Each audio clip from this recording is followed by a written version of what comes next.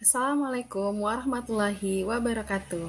Saya Maria Tri SPD, CGP Angkatan 6, Kota Sawah Lunto.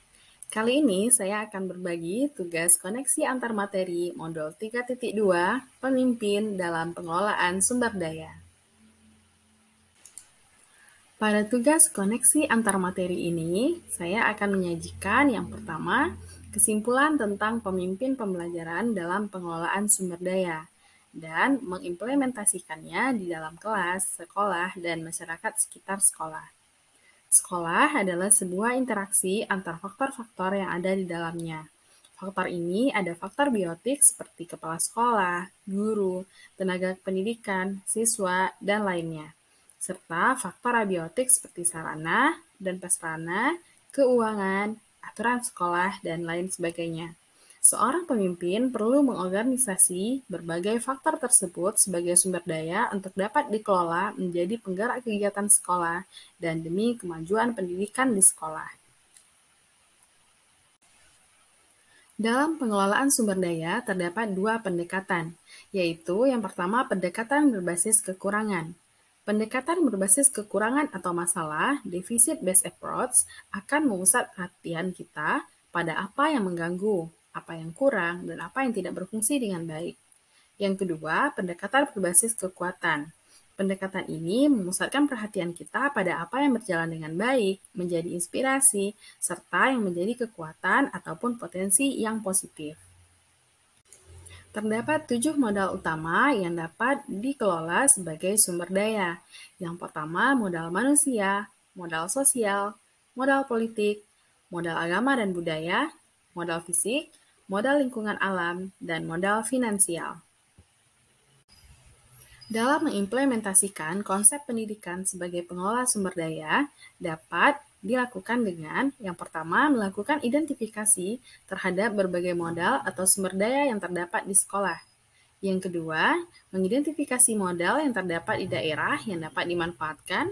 Selanjutnya, memanfaatkan modal yang ada yang untuk membuat rencana aksi kegiatan peningkatan kualitas pendidikan di sekolah. Yang kedua, bagaimana hubungan pengelolaan sumber daya yang tepat akan membantu proses pembelajaran murid menjadi lebih berkualitas. Pengelolaan sumber daya yang tepat tentunya diawali dengan pengidentifikasian berbagai modal yang dimiliki sekolah serta daerah. Dengan adanya identifikasi tersebut, barulah pemimpin dapat menjabarkan rencana pemanfaatan modal yang ada. Pemanfaatan modal yang ada ini akan menunjang kelancaran kegiatan-kegiatan di sekolah. Dengan demikian, proses pendidikan dan pembelajaran dapat ditingkatkan kualitasnya. Contoh pemanfaatan sumber daya untuk kegiatan di sekolah yang pertama modal manusia. Tentunya modal manusia ini dapat dimanfaatkan dalam pelaksanaan pembelajaran, yaitu dengan guru yang sesuai kualifikasi pendidikannya. Yang kedua, modal sosial. Di sini, hubungan yang harmonis antar guru akan menciptakan budaya positif sebagai keteladanan di sekolah. Yang ketiga, modal politik. Di sini adanya kewenangan pemimpin untuk membuat keputusan yang bertanggung jawab dan demi kepentingan bersama. Yang keempat, ada modal agama dan budaya. Di sini pemanfaatan berbagai sanggar seni bisa untuk berkolaborasi untuk kegiatan ekskul di sekolah. Yang kelima, modal fisik. Pemanfaatan ruang perpustakaan sebagai sumber belajar secara rutin. Selanjutnya, modal lingkungan alam. Bisa dengan memanfaatkan lingkungan alam sekitar kita sebagai sumber dan media belajar untuk menambah wawasan siswa. Terakhir, modal finansial. Di sini menggunakan dana operasional dari pemerintah untuk menunjang kegiatan sekolah. Yang ketiga, mari kita lihat hubungan materi modul 32 dengan modul sebelumnya. Di sini kita lihat hubungan dengan modul 1.1.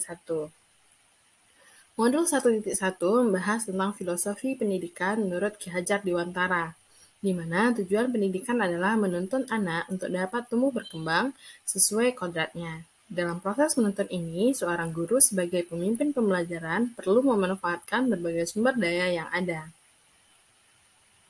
Selanjutnya, hubungan materi modul 3.2 dengan modul sebelumnya. Di sini kita lihat dengan modul 1.2.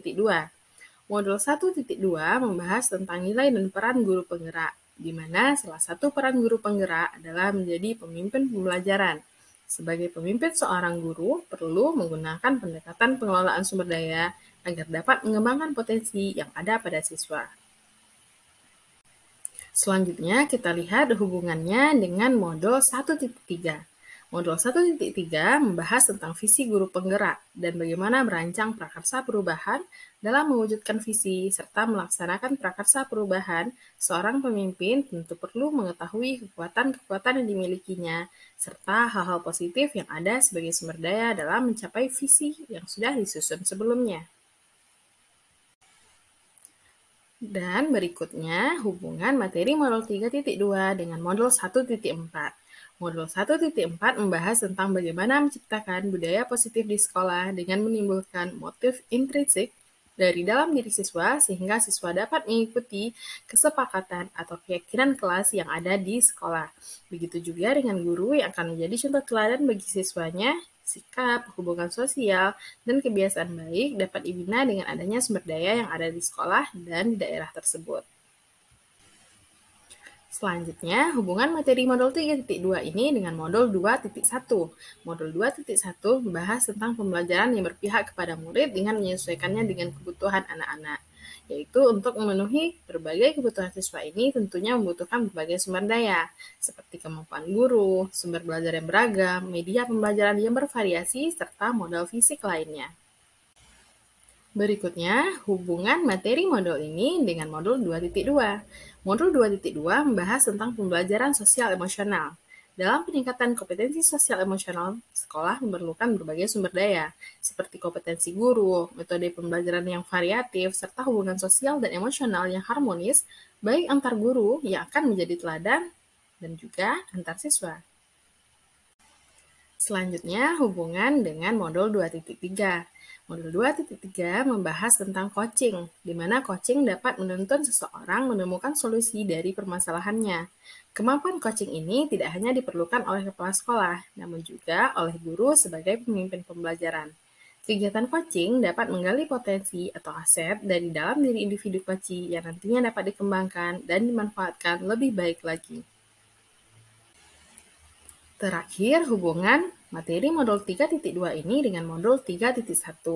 Modul 3.1 membahas tentang pengambilan keputusan berbasis nilai-nilai kebajikan sebagai pemimpin.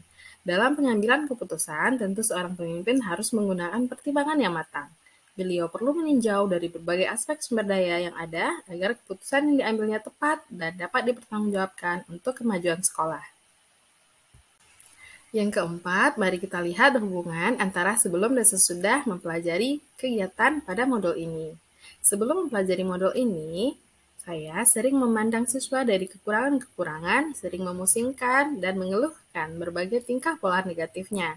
Namun setelah mempelajari modul ini, saya sadar bahwa setiap anak memiliki kelebihan dan kekurangan, dan saya perlu mengidentifikasi kelebihan-kelebihan yang dimilikinya agar dapat berkembang lebih baik lagi.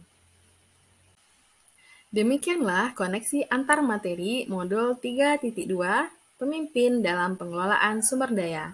Terima kasih, salam dan bahagia.